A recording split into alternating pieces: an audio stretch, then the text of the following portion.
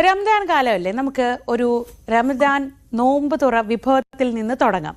പരിശുദ്ധ റംദാൻ മാസത്തിൽ നോമ്പ് തുറ വിഭവങ്ങളിൽ ഒരു താരത്തെ പരിചയപ്പെടുത്തുകയാണ്. മീത്തല ചമ്പാട് ജുമാ മസ്ജിദിലെ മസാല കഞ്ഞിയാണ് ആ താരം.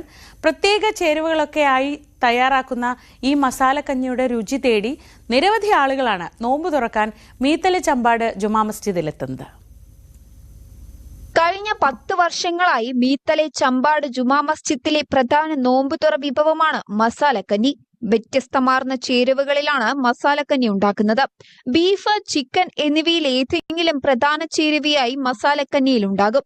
വിവിധ പ്രദേശങ്ങളിൽ നിന്നുള്ളവർ പോലും മസാലക്കഞ്ഞി തേടി എത്താറുണ്ട് എന്നാണ് മഹല്ല് സെക്രട്ടറി ഇ അഷ്റഫ് പറയുന്നത്.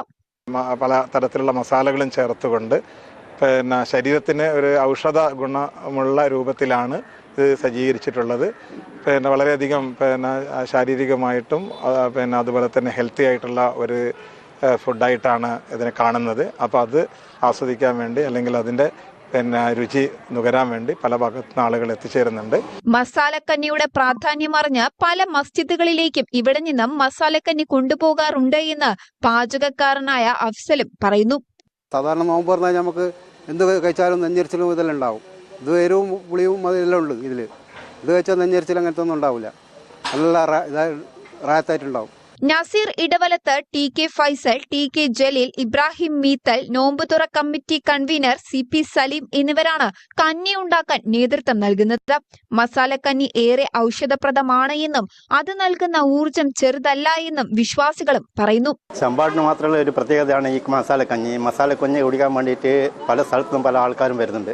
എല്ലാവർക്കും നല്ല അഭിപ്രായമാണ് മസാലക്കഞ്ഞിയെ പറ്റിയിട്ട്. അതെല്ലാ റമദാൻ മാസത്തിലും എല്ലാ നോമ്പിലും ഇവിടെ പല ദിവസങ്ങളായിട്ട് വിതരണം ചെയ്യുന്നുണ്ട്. ഇത് ഔഷധ കഞ്ഞിയാണ്. 10-15 വർഷത്തിന് മേലെ ഇവിടുന്ന് ഇത് ഉണ്ടാക്കിയിട്ട് പല വീട്ടുകാരും വന്നിട്ട് ഇവിടുന്ന് കൊടുക്കാറുണ്ട്. പല മഹലിൽ നിന്നും ആൾക്കാർ ഇവിടെ വരാറുണ്ട്.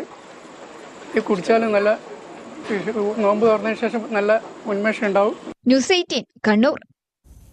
ഞാൻ നേരത്തെ പറഞ്ഞില്ലേ ഹാപ്പിനെസ്സിൻ്റെ കാര്യം. ഓരോ മനുഷ്യന്മാരും അവരവരുടെ സന്തോഷം കണ്ടെത്തുന്നത് വ്യത്യസ്തമായ രീതിയിലാണ്. ഒരു വീട്ടമ്മയെ പരിചയപ്പെടുത്താം. വ്യത്യസ്തമായ രീതിയിൽ സന്തോഷം